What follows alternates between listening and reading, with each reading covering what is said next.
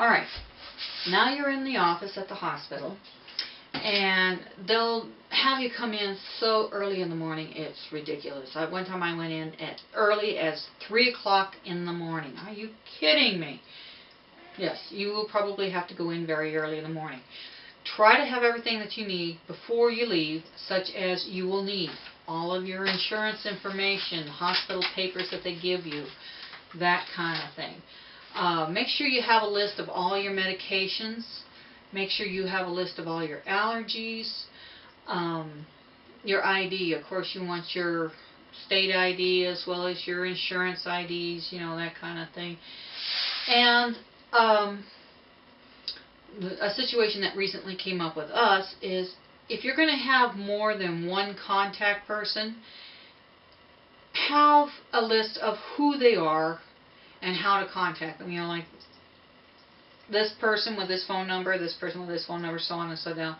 And make sure that's in the paperwork that they get, because eventually that does become a problem. Because we had that. What happened was Gabby was supposed to be taking care of Michael.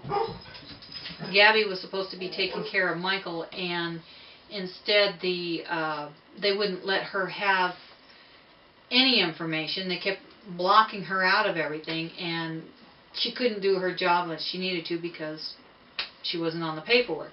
So we had to make arrangements to get that on the paperwork. So make sure all that information you need is on the paperwork. Make a list of everything that you took with you to the hospital just in case. Sometimes stuff gets lost in the process, and you want to make sure it's not. That includes stuff that you're wearing. When you're going in for the surgery itself, make sure you're not wearing any jewelry, any of this stuff, your rings, all that kind of stuff. You can't have it. Of course, you can wear your glasses until you go into the operating room, but have someone that you can trust to take care of those kind of things. Now, they might offer a patient advocate. You might take them up on that. I never had to deal with a patient advocate before, so I'm not sure what all of their job is. But one thing that I do know is if you have insurance issues, that is a big help. We've never personally ever had any super big problems. At the most, I might spend about $100 or $200 after surgery with all the whatever, you know, little bills that come in. No big deal thing, you know, for prescriptions and all that. But when Michael went into the hospital, turns out that he had, we weren't planning for him to be there for a month, and the stuff that they were doing to him cost a fortune. So, you know, was his insurance going to cover it? Yeah, it was kind of iffy. And we contacted the patient advocate, and what she did is she set him up with a secondary insurance. So whatever his primary insurance that he had did not cover, the secondary insurance jumped in and took care of it from there, which really did help. So if you have that opportunity to, you know, take advantage of it, I at least look into it and see if there's anything that you might possibly need. It's, you know, if anything, it'll help you with the finances. So far, they've helped us with $4,000 or $5,000 worth of expenses that occurred from Michael's episode in the hospital. So, doesn't hurt to ask.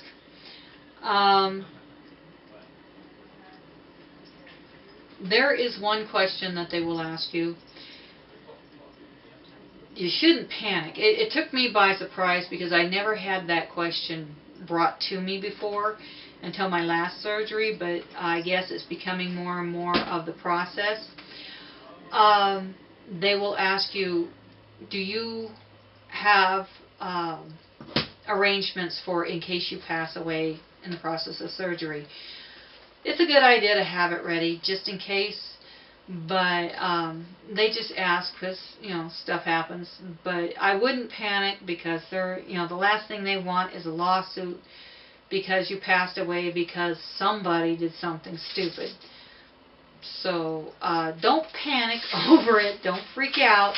It's just a question that they ask. Another really strange question that they ask is, do you feel safe at home? Do you feel like you're going to be abused at home or anything like that? Evidently, that's a question that they have to ask nowadays. I don't know why. If you do have special plans, make sure you have it all put together and able to turn it in to them if they have anything like that. I do know that with my mom, she had paperwork already set up. Us kids all have the paperwork. Of course, my mother's in her 70s, that kind of thing.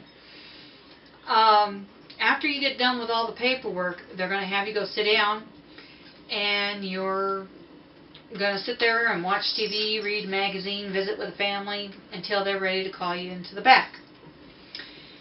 And when they are ready for you, what they're going to do is they're going to walk you into, well, in my experience, they walk you into this huge, huge room, and everything has curtains. All the, divided spaces are all divided by curtains.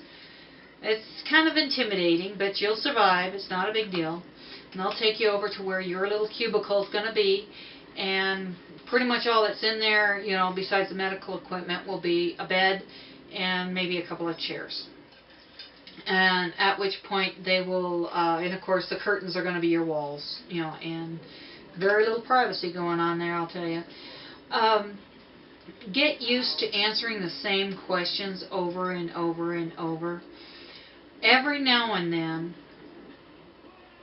we are certain that the medical staff do not talk to each other, because every time someone comes over, they ask you the same question. And it's like, do you guys communicate? There's this thing that you can write messages on and pass it to the next person. No, and then there's another concept, reading it, and actually know what the answers are. No, we got to go to the patient and ask them. And of course, every single person that walks into the room is going to ask you the same question. Oh